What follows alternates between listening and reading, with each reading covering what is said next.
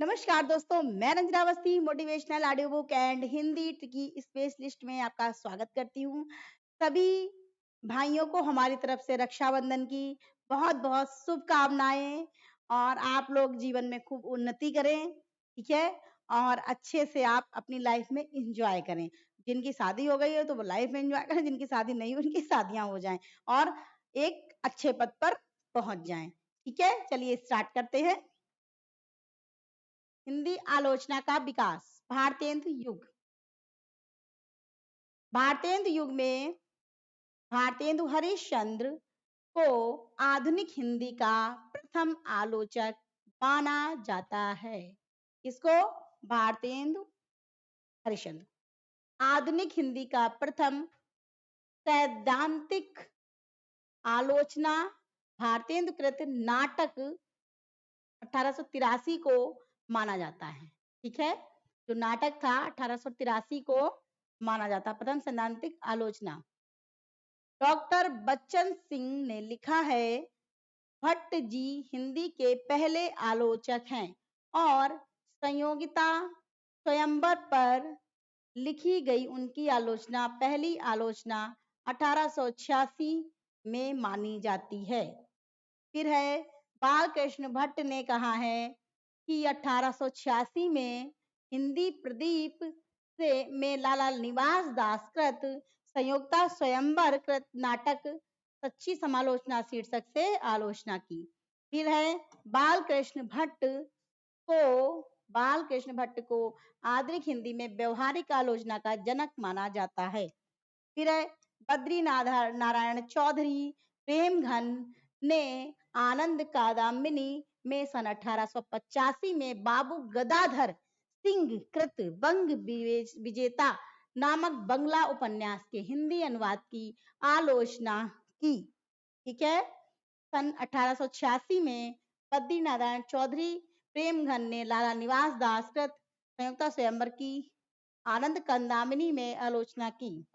फिर आचार्य रामचंद्र शुक्ल ने समालोचना का सूत्रपात हिंदी में एक प्रकार से भट्ट जी और चौधरी साहब ने ही की। ठीक है, द्विवेदी युग का देखते हैं। द्विवेदी युग में आचार्य महावीर प्रसाद द्विवेदी को हिंदी का प्रथम लोकवादी आचार्य माना जाता है। ठीक है, आचार्य महावीर प्रसाद द्विवेदी को हिंदी का प्रथम लोकवादी आचार्य माना जाता है। आधुनिक हिंदी आलोचना में तुलनात्मक आलोचना का जनक पदम सिंह शर्मा को माना जाता है।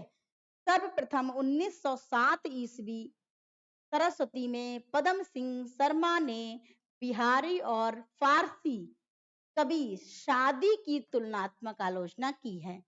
सन 1910 में मिश्र बंधुओं ने हिंदी नवरत्न की रचना की है।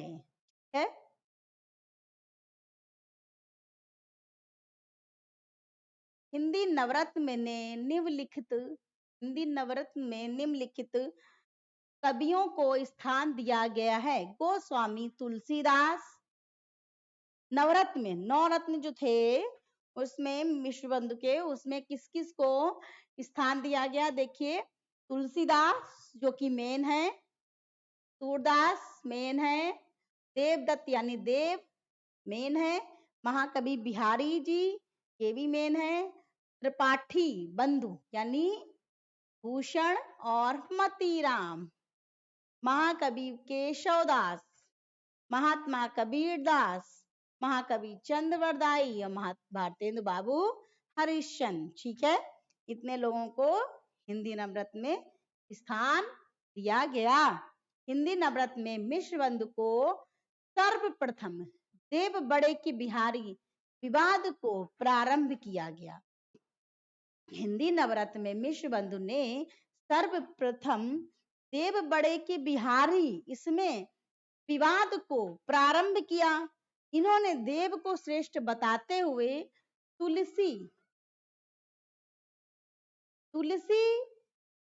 तुलसी और सूर्य के समकक्ष स्थान दिया। अब देखिए आप, पदम सिंह शर्मा ने पदम सिंह शर्मा जी का है, पदम सिंह का बिहारी सतसई आलोचना। ठीक है। उसके बाद इनके बड़े कवि इन्होंने किसको माना? बिहारी को माना, पदम सिंह। ठीक है। कृष्ण बिहारी मिश्र की है आलोचना, देव और बिहारी। ठीक है, इन्होंने देव को माना।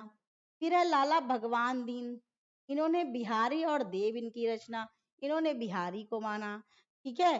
द्विवेदी युग में रीतिकालीन लक्षण ग्रंथों की परंपरा में प्रकाशित होने वाले शास्त्रीय ग्रंथ निम्नवत हैं। देखिए, ज्वाला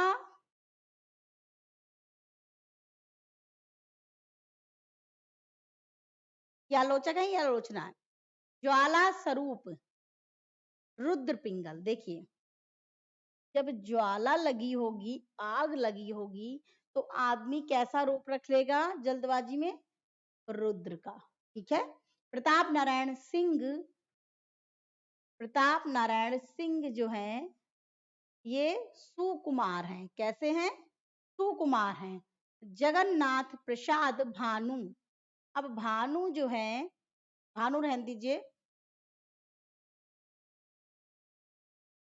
जगन्नाथ जी का प्रसाद आप लेंगे तो काव्य यानी काव्य गा गा कर लेंगे। ठीक है। काव्य प्रभाकर और छंद प्रभाकर। ठीक है। फिर है जानकी प्रसाद, जानकी जी का प्रसाद लेंगे तो उसमें जानकी और सुधा दो चीजें हो गई, जानकी और सुधा। ठीक है। कभी राज मुरारी दान, जब आप दान करेंगे तो जसवंत जसोभूषण, तो आभूषण तो नहीं कर देंगे। ठीक है। जगन्नाथ दास रत्नाकर, अब रत्नाकर जी का देखिए, धनाक्षरी नियम रत्नाकर मैच कर गया। लाला भगवान दीन का देखिए, लाला भगवान दीन अलंकार मंजूषा, व्यंग्यार्थ मंजूषा। अब भगवान को कौन मानता है सबसे ज्यादा? मंजू, मंजू। ठीक है। सीताराम शास्त्री, शास्त्री लोग जो होते हैं पंडित लोग, वो सिद्धांतों पर बहुत चलते हैं। सुबह 5 बजे उठना, बिना नहाए खाना ना खाना, बिना नहाए पानी ना पीना, इस टाइप से। कन्हैया लाल पोद्दार, तो कन्हैया लाल पोद्दार का देखिए, पोद्दार पोपो, कल्पद्रुम, रस मंजरी और अलंकार मंजरी। मंजरी, मंजरी, कल्पद्रुम, पोपो। ठीक है। अर्जुन दास केडिया, अब केडी है, केडी तो वो भारती और भूषण दोनों में विश्वास रखते केडी।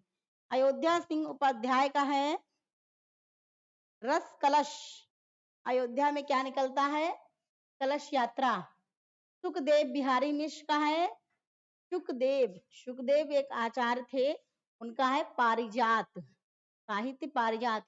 बिहारी लाल भट्ट जी का है साहित्य सागर, बिहारी लाल भट्ट का है साहित्य सागर।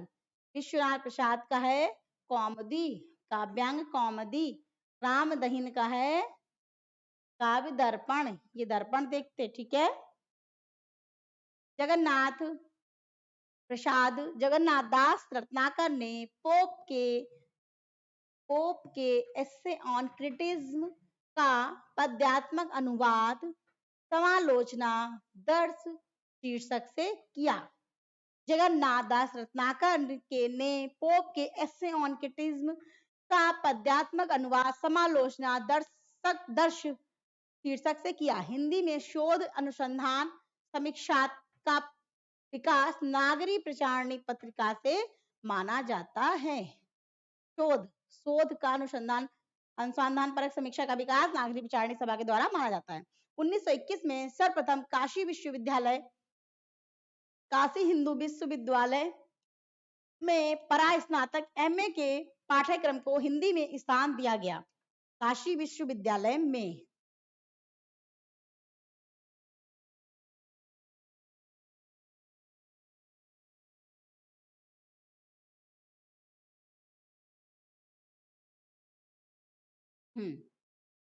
सन 1921 में काशी हिंदू विश्वविद्यालय में प्रथम बार हिंदी अध्यापक के रूप में बाबू श्याम सुंदर दास की नियुक्ति की गई। ठीक है, डॉक्टर श्याम सुंदर दास के मार्गदर्शन में पीताम्बर दत्त बड़थाल ने हिंदी का प्रथम शोध हिंदी काव्य में निर्गुण संप्रदाय शीर्षक से किया।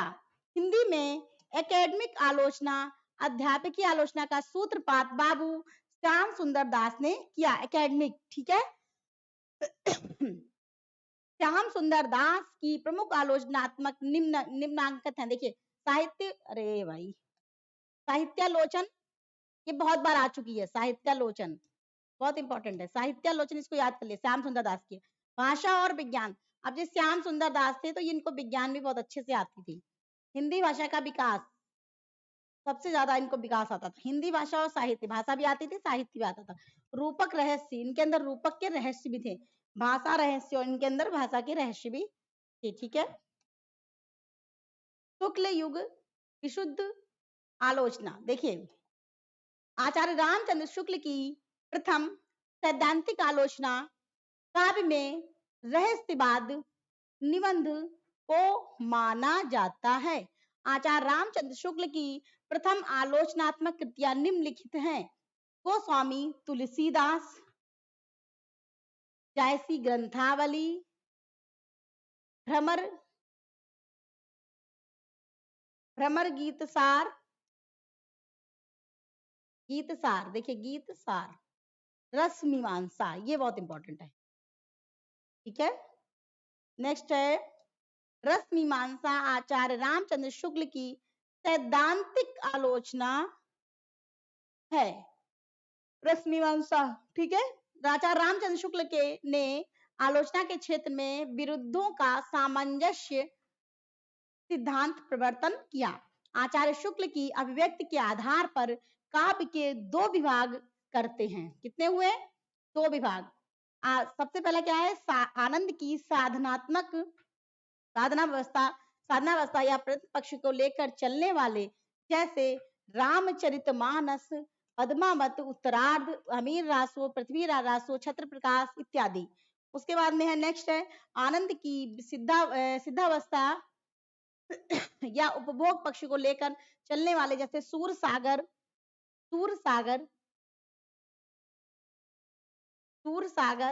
अरे भाई क्या हो गया,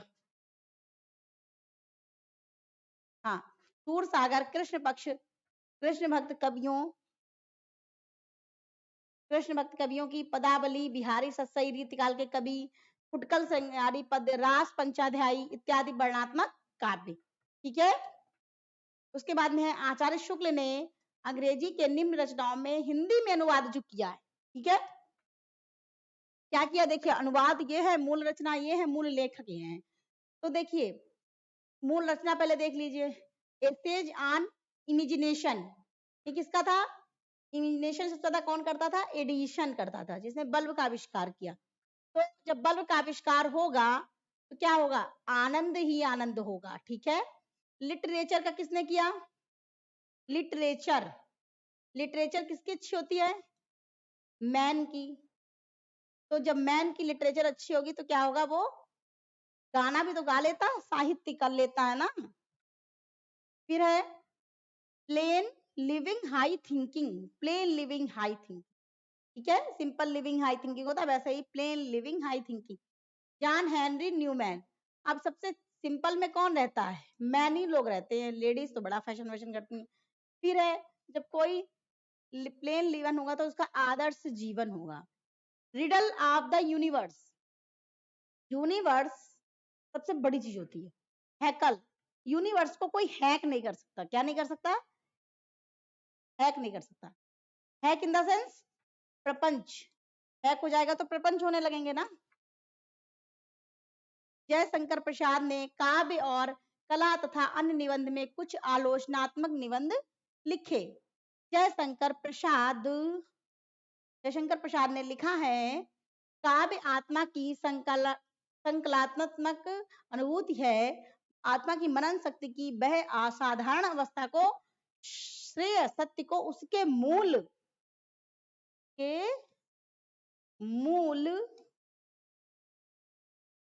चार तत्व में सहसा ग्रहण कर लेती है।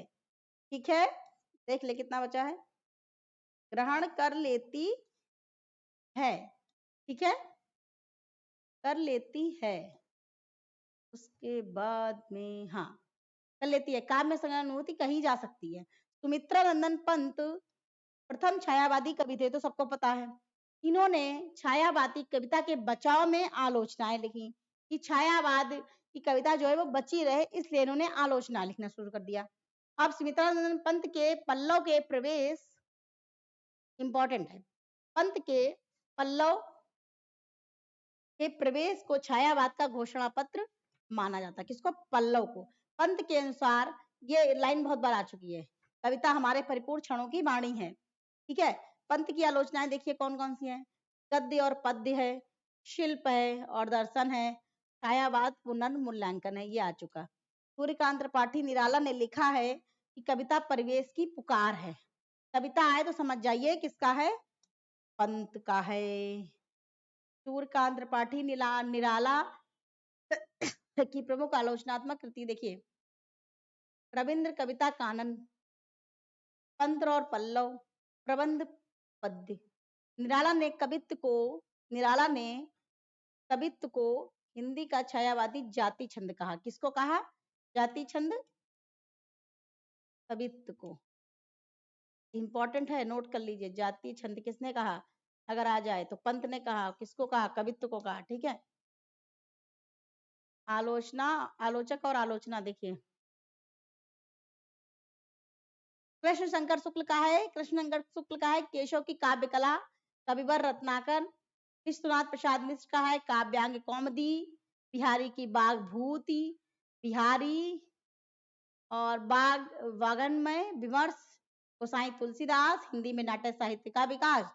रामकृष्ण शुक्ल का है प्रसाद की नाटक कला, ब्रजरत्न दास का है हिंदी नाटक साहित्य, राम कुमार वर्मा का है रहस्यवाद कबीर का, जनार्दन का है विद्यापति, फिर है कृष्ण नंद गुप्त का है प्रसाद जी के दो नाटक, अखौरी का है पद्माकर की काव्य साधना, भुवनेश्वर नाथ मिश्र का है मीरा की प्रेम साधना, गिरजादत्त शुक्ल का है महाकवि हरिओद गुप्त जी की काव्य धारा, रामनाथ सुवन का है प्रसाद जी की काव्य कला। फिर है काव्य कला कहाँ गया? शुक्ल के कुछ महत्वपूर्ण शास्त्रीय, शुक्ल युग के। अब चलिए दोस्तों यहीं तक रखते हैं। ठीक है, शुक्ल युग के कुछ महत्वपूर्ण शास्त्रीय आलोचक निम्न है, तो यहाँ नेक्स्ट वीडियो में देखेंगे। ठीक है, अभी तक यही रखेंगे। ठीक है, तो thank you so much, all the best. त्योहार का एंजॉय करिए, बट पढ़ाई करते रहिए, लगे रहिए, कंटिन्यू, उसको स्टॉप नहीं करना है। भले आधा घंटा पौन घंटा आप पढ़िए, लेकिन पढ़िए जरूर। ठीक है, ये नहीं कि जो है पूरा दिन आप एंजॉय करिए, क्योंकि एक रूटीन जब चलता होता है और रूटीन जब कहीं भी आप जा रहे हैं, रूटीन को स्टॉप कर रहे हैं, तो बहुत ही गड़बड़ हो जाता है, बहुत ही प्रॉब्लम आती है उसको सेट होने में। ठीक है, thank you so much, all the best, thank you.